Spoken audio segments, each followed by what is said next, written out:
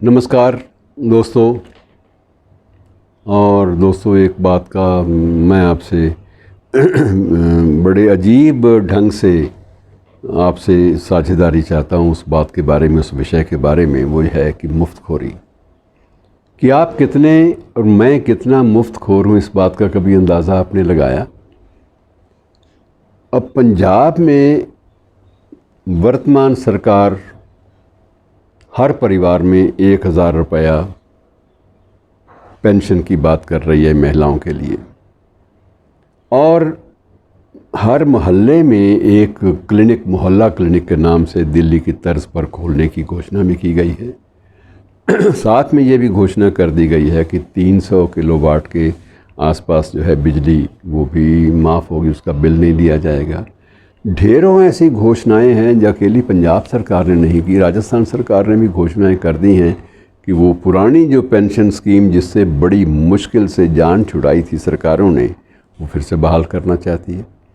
इनका मकसद ये नहीं है कि ये एक लोक सेवा के आधार पर ये घोषणाएं की जा रही हैं, लागू भी की जा रही हैं और घोषणाएं लागू करने के संकल्प भी लिए जा रहे हैं, बल्कि एक ही है कि किसी भी तरह से अपनी लोकप्रियता को विपरीत परिस्थितियों में बनाए रखना। हम हर चीज़ मुफ्त चाहते हैं, हम हर चीज़ का ये कोशिश करते हैं कि कहीं भी पुराने ज़माने में चीज़ें चलती थी। मुझे अब भी याद है कि गांव में एक कहावत होती थी, आम ग्रामीण कहता था कि यदि सरकारी ख़जाने से तेल भी मिले और तेल की ज़रूरत आपको ना भी हो तो जूती में डाल लो, लेकिन ले ज़रूर लो। मुफ्तखोरी की एक आदत जो है ये हमें शुरू से पड़ गई, और ये बड़े प्राचीन काल से कि जब भी आपका बच्चा या आपका छोटा सा कोई मध्यम वर्ग का कोई बंदा कुछ जाता है कुछ चीज़ लेने, तो एक शब्द है पंजाबी का, झूंगा। अर्थात थोड़ी सी चीज़ मुफ्त में या टेस्ट करने के लिए भी आपको मिल जाए तो आप निहाल हो जाते हैं। और ऐसे लोगों की भी कोई कमी नहीं है जो सिर्फ झूंगा यानी कि मुफ्त का टेस्ट करने की सामग्री लेकर उसके बाद बिना खरीद किए वापस चले जाते हैं। तो ये बहुत सारी चीज़ें हैं मित्रों जिनसे बचना होता है। और आर्थिक स्थिति में जब भी कोई संकट आए हैं वो सिर्फ इस बीमारी की वजह से आए हैं, मुफ्तखोरी की वजह से। हमने जीवन की हर चीज़ को इतने सस्ते भाव बेचना शुरू कर दिया कि उत्पादन का जो मूल्य है, खर्च जो लागत मूल्य है, वह भी पूरा नहीं कर सकते हम लोग। आटा दाल योजनाएं, कितनी ही योजनाएं ऐसे शुरू की गई, कर्जा माफ़ी योजनाएं। कुछ हद तक शुरुआती दौर में चीज़ें समझ में आती थी कि दबे हुए आदमी, कुचले हुए आदमी, दलित आदमी को और क्या करेंगे आप, उसको कैसे मुख्यधारा में लाएंगे। लेकिन ये चीज़ें सिर्फ दलित के लिए सीमित नहीं रहीं। बाकी लोगों ने कहा कि दलितों को देते हो तो भाई हम भी तो पिछड़े हुए हैं। और उच्च जाति के कुछ एक जातियों के लोगों ने कहा भाई हमारी जाति तो ऊंची है लेकिन हमारे संसाधन तो बिल्कुल दलितों से भी गए बीते हैं, हमें कोई कुछ नहीं देता।